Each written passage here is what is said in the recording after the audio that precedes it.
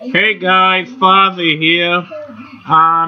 Well guys, we come to the end of 2015, and I thought me and my little nephew here would like to go give you guys a little treat.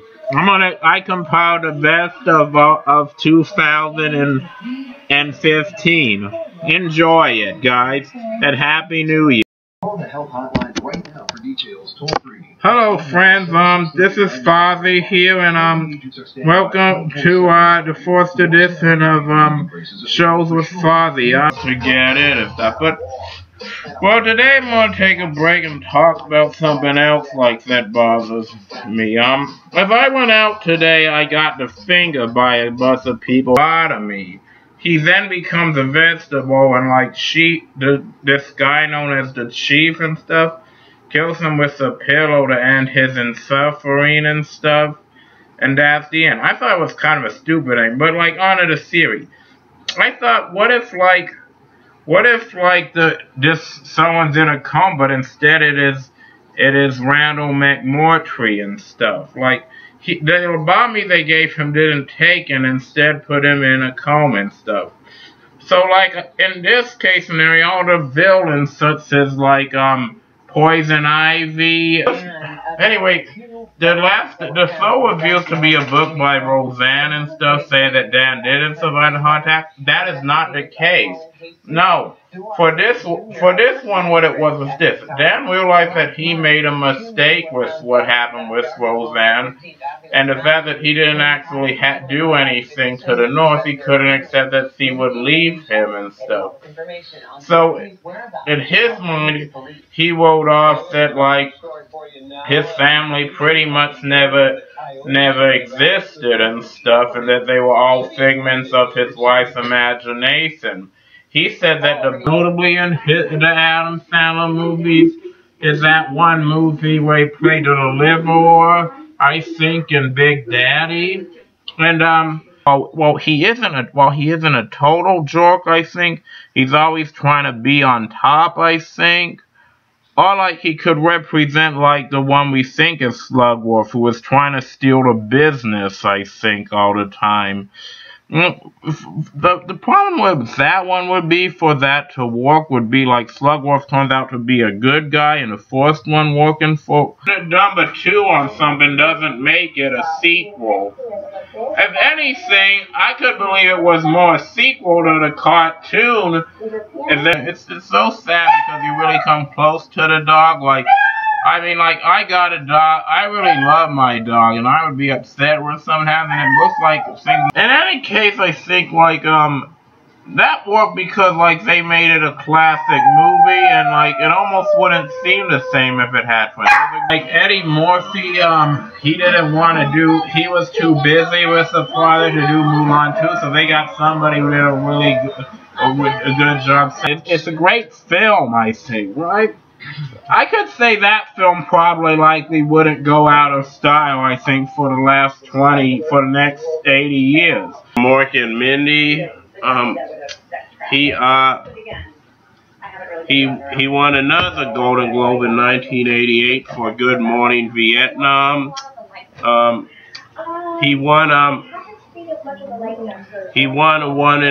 well-deserved Golden Globe for The Fisher King. One of my personal favorites. Won a Golden Globe for Aladdin. I don't actually have the copy of that to show. And 1994, he won Golden Globe for Mrs. Doubtfire. Let me go and get it. The negative reviews about it just dropped off the map, I think. I mean, you know, some movies I think like become well known for being bad, I think, and this doesn't even seem like one of those movies and stuff.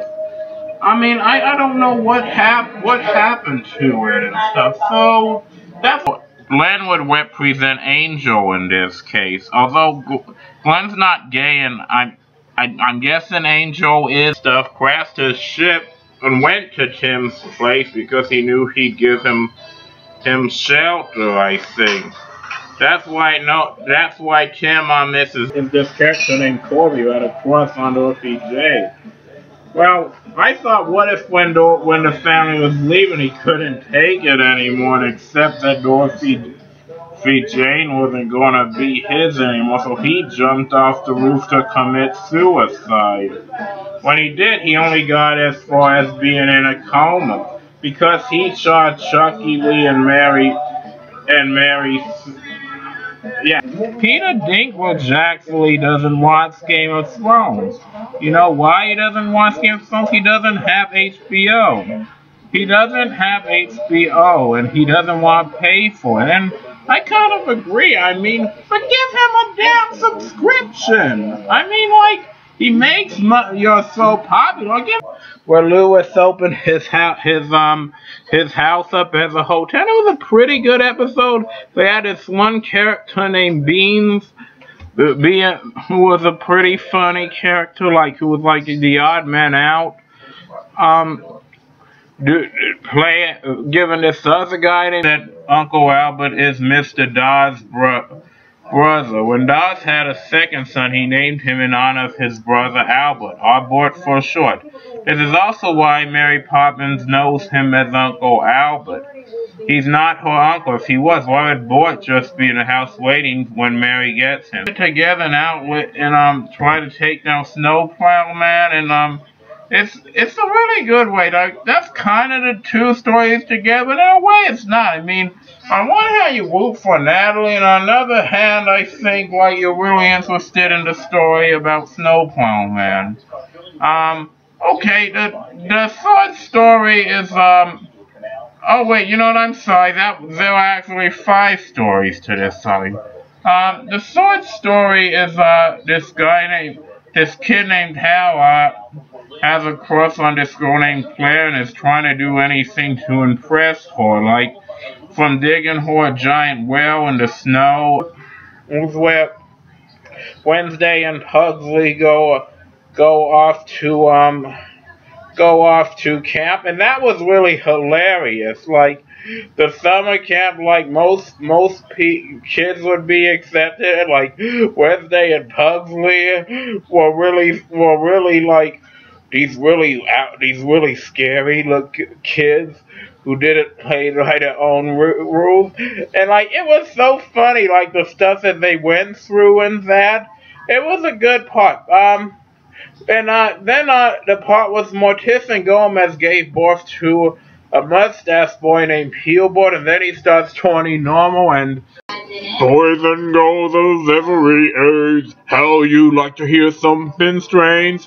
We're going where the people scream in the town of Halloween. This is Halloween, everybody make a scene. Zombies fight in the dead of night. This is Halloween. Hey guys! The one involved Leslie Nielsen in it, and Leslie Nielsen.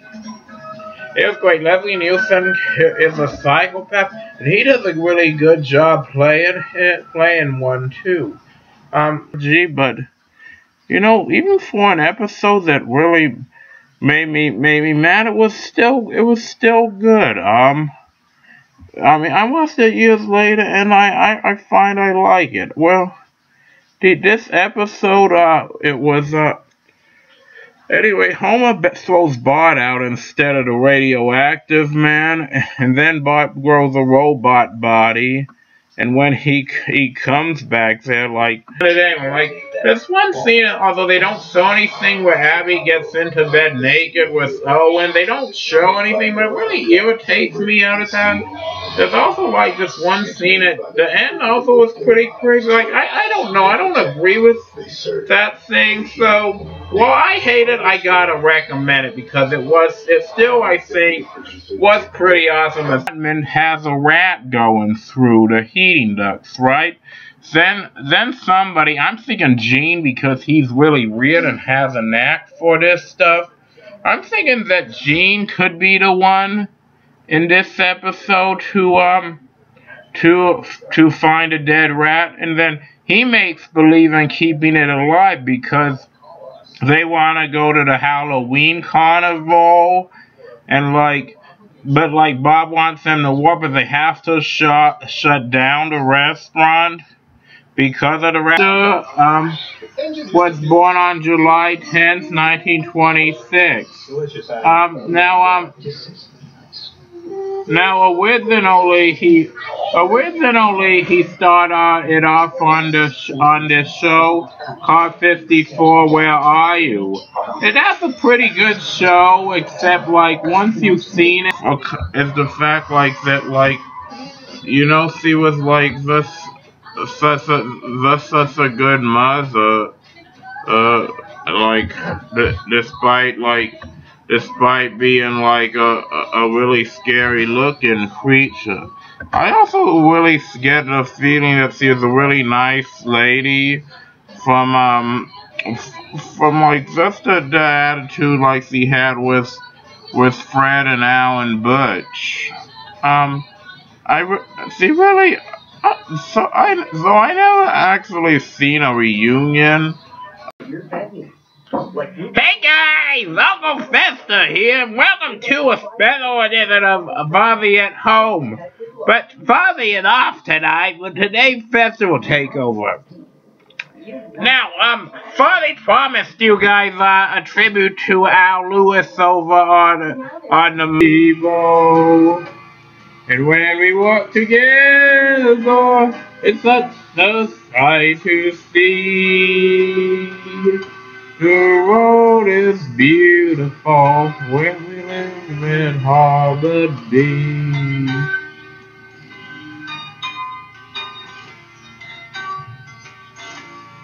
La la la la la la la la la la. That drama, and it was a great movie.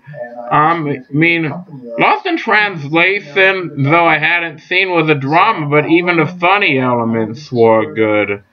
This movie didn't bring any of that. I mean, it just ends up getting sad. So that's the third reason. The second reason is pretty much just like the same reason divided down, but this really actually does specifically with that character, which that kind could deal with any character, and that just bases one character. You probably can't even find it, but like if you do, just don't do it. It will ruin your life. Welcome to the Dollhouse. This is an indie film, and despite the way it sounds, it is crap in every sense of the way. A guy keeps ready to wave a little, go and gets away with it. Everything about here is pure shit.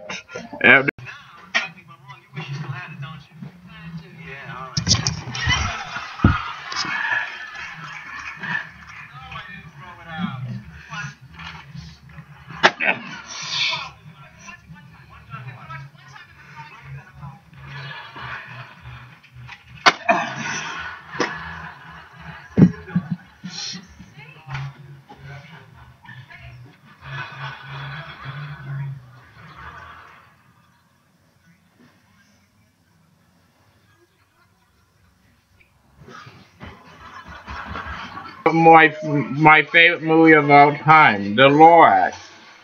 Now, The Lorax, if you could imagine Honest in the Army, it's hilarious. You guys got this. Since Slam Dunk Honest, that was a good one, though I can kind of see why it's not politically known. So, there you are, guys. And it's announced, well, though I don't know if it's true, that they're going to make a sequel called Son of Honest. It's going to be kind of fun to see, considering what happened, that Honest is no longer with us, but I really go with something like The Sneetches. The Sneetches is a fun story, and it's an inspirational story at the same time. Will they ever stop Miss calling him Frankenstein? Probably not. But these just happen so much, they just become real. So, until recently I accepted that was the idea, right? Okay, so it's pretty calming now, right? Nothing bad is gonna happen, probably, right? Right, it's as simple as that. Well, that makes Linus so sorry about it, even more lucky to have him as a best friend. Okay,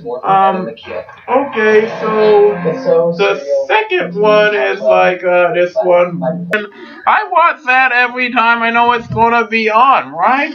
It's a good episode. So why did they show me that episode and not just like 4 minutes of that episode? That would have been a good episode to see. Why'd they just rerun it? I mean, it's like they make me want to see an episode and then they don't show the. Hey guys, Fozzie here, and welcome to another edition of Fozzie at Home. So what you are seeing here is a bunch of movies that are classed as copycat movies. A copycat movie is like, in case you haven't told, is like usually when one movie is said to be inspired by another movie, it takes its inspiration from it. Trick that is kind of hard to watch. I will admit that the trick was creative and how they did it was great. So, let's see, the next one is Jim Ignatowski on Taxi. So I gotta wonder though, there's one thing that really concerns me. Why didn't he get her in like several episodes before finally doing it? Well, I liked it, I think. It was crummy. Well, originally it was gonna be with Orson Welles where he played somebody. I think he played the lead, but that project got made into number one. Willy Wonka. As much a reason. So the scene, though, to be fair, in the play still is as effective and still is as touching and still is as nice as presenting a message. I mean, could they have at least tried to? The Photoshop, and he finds a lot where he shot, he thinks some more, so then he poses it in his underwear to give it to her, but then sees that her assistant to develop it. It is hilarious. Love it. Carol. I really love the Christmas Carol and the Muppets, and them combining it is the best thing that ever happened. Michael Caine plays Scrooge in this one. The Crafters are played by Corin and Miss Piggy, and Gonzo and Wizzo the Rat tell the story. It's really good, I think.